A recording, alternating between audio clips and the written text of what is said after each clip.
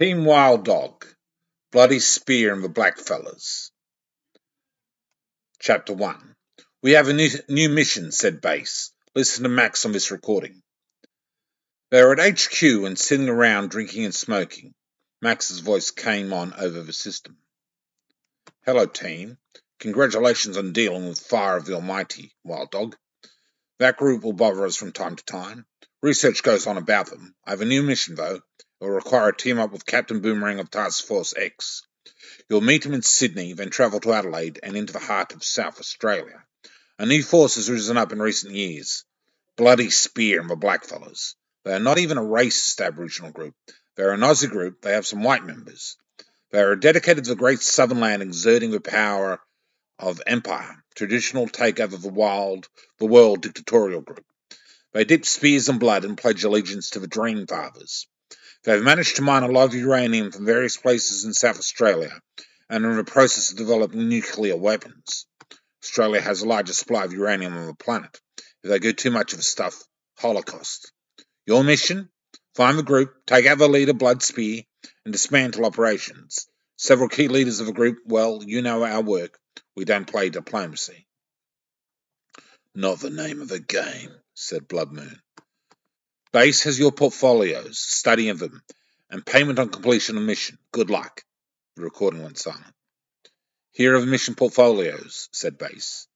They travel quickly and are alert to foreign bodies and their spiritual presence. Aboriginal witch doctors sense trouble pretty quickly. They could be tricky to catch. We'll catch 'em, said Blood Moon. And give 'em a lick of Wild Dog justice, said Wild Dog, polishing his rifle. The team studied their portfolios a number of days and departed to Sydney, where they teamed up with Captain Boomerang. After the trip to Adelaide, they drove north to a quiet town, and Captain Boomerang took them to a small campsite, where they armed up. This is the latest recon, said Captain Boomerang. It's 500 clicks from here, so we travel late, leaving at twilight, and be real quiet-like when we get near. If they get wind of us, they'll be gone in a flash, so keep the party music down. I heard you like for rock and roll, to get you in the mood. Always helps, mate, said Wild Dog. Well, not this time, said Captain Boomerang. Unless it's AC/DC, of course.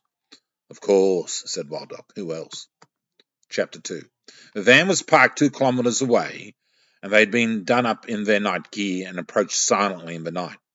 They were at the compound and were looking at the place with green vision binoculars. He should be in there, whispered Captain Boomerang, with his cronies. We go, said Wild Dog. Blood Moon, he said, and pointed to the right. Blood Moon made his move. Captain Boomerang and Wild Dog got to their feet and approached. A guard suddenly spotted them. Who dat? He asked. A shot to the head silenced him. They found the door and opened it silently. Silence inside. Guns held carefully, they entered in. Room after room they checked. Nothing. There's a stairwell, said Captain Boomerang. Going down. Where else? Replied Wild Dog. They descended and found themselves in a long hallway. Suddenly gunfire spurred in their direction. They took shield behind the corner of a stairwell. Lights, said Wild Dog. Leave it to me, said Captain Boomerang. He took one of his boomerangs and threw it, smashing light. Lights out. They had their infrared-green binoculars on and burst out, shooting the blackfellas who could not see them. 3 dead enemy. They came down the hall and looked inside the room. Had a bunks and a table of cards on it. Suddenly a voice. Lights out, tough guys. And the last thing Wild Dog remembered was a heavy blow to the back of his head. He awoke. How much later he couldn't tell, but Captain Boomerang and Blood Moon were tied down in beds, like he was also. He struggled against the ropes, but they were expertly tied. A face came into the room. It was Blood Dagger himself. Brothers, don't fight us. Our dream time will come to everyone in the end. Your crazy cult is going down, said Wild Dog. It's not a cult. The dream time began everything, and it has a plan. Men came into the room. Take them to a ceremony room. Tie them down. They're going to meet the Dreamtime Lords and be converted. More frickin' religion, said Wild Dog. This is not my day. Blood Moon chuckled. Wild Dog hated the cults. Chapter 3. They were taken to the ceremony room and tied down to stakes in the middle of a circle. Sheephead skulls surrounded the circle, and there was blood around the circle. Blood Spear, also known as Blood Dagger, came forward with a dagger. You know you are privileged. We don't accept anyone into our community. By me, blackfella, said Wild Dog. You are wild like a dingo, said Blood Spear. The Dreamtime Lords will like your passion, I think. They will show you the way. Blood Spear took a spear and pushed it into Wild Dog's shoulder, drawing blood. Wild Dog grimaced. Blood Spear repeated it with Blood Moon and Captain Boomerang, and then came forward with a bowl.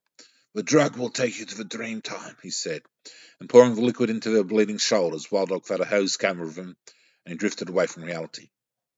He was in a green pasture somewhere in Australia. An Aboriginal man suddenly appeared to him. "I am Origin," he said, "the beginning of things. You don't understand this world, this creation of mine. It has elements of the story in all cultures, but I am Origin, and I am truth." Origin touched Wild Dog's forehead, and a flash of various cultures from around the world filled his head, and he suddenly understood all had elements of truth at the foundation of things. But there was a serpent suddenly, a giant rainbow serpent, and it hissed at him and said, "Pitiful one, you'll serve well." And suddenly Wild Dog's mind exploded, and his own will was pushed down, and suddenly he understood his one and only purpose in life, what he was made to do, to serve the dream time and bring truth to creation. He awoke low, and Blood Spear was seated. He spoke. "You understand now? I am of a dream time, and we must rule this world," said Wild Dog. "You are of dream time," echoed Blood Spear. The new truth had come. Chapter 4. Wild Dog, Blood Moon, and Captain Boomerang were then inducted into the Order. The Dreamtime soldiers, they were taken to sacred sites and again communed with Dreamtime lords and taught the law. They were soldiers of Dreamtime and had found their purpose now in life. They were souls who never really knew the truth of Dreamtime, but had found them and found a purpose and use in their sad and empty lives. Soon enough they were being trained and were taken to a combat in the desert. "These are the weapons we have," said Blood Dagger. Wild Dog nodded. "Should give a job done. That's a nuke, isn't it?" "We are having trouble with it, but we think it will work. We will destroy Canberra with it and take over this nation. They will know the truth of Dreamtime." "As they should," agreed Wild Dog. Wild Dog, Blood Moon, and Captain Boomerang were assigned with other soldiers to guard the military compound. They practiced the ceremonies and were one with their brothers, and then the day of Wrath came the day of Wrath.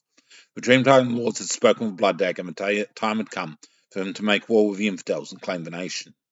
Blood Dagger came with his men, and the compound roof opened up. "Now, my brothers, we will make war with Australia. We will destroy this capital city of theirs, the legacy of Captain Cook, and teach these colonizers about the true power of the Great Southern Land."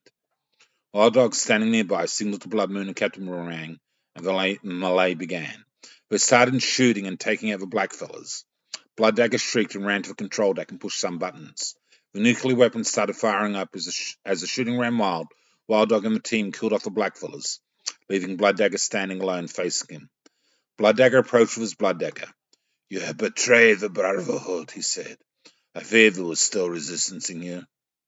He thrust his dagger at Wild Dog, evaded it, grabbed it, and shoved it through the back of Blood Dagger, erupting through his chest. Blood Dagger collapsed on the ground and stared at Wild Dog. "You are never true convert anyway." "No kidding, pal," said Wild Dog. Blood Dagger breathed his last, and Wild Dog came to the control panel. The nuke was starting to fire. Blood Moon and Captain Boomerang had dealt with the last of the blackfellas and rushed up to the control deck. "How do I frickin' stop it?" yelled Wild Dog. Captain Boomerang looked around. He took out a boomerang and threw it. The power box it was aimed at exploded, and the electricity went off from the compound. "Pull the plug," grinned Captain Boomerang. Wild Dog grinned beneath his mask.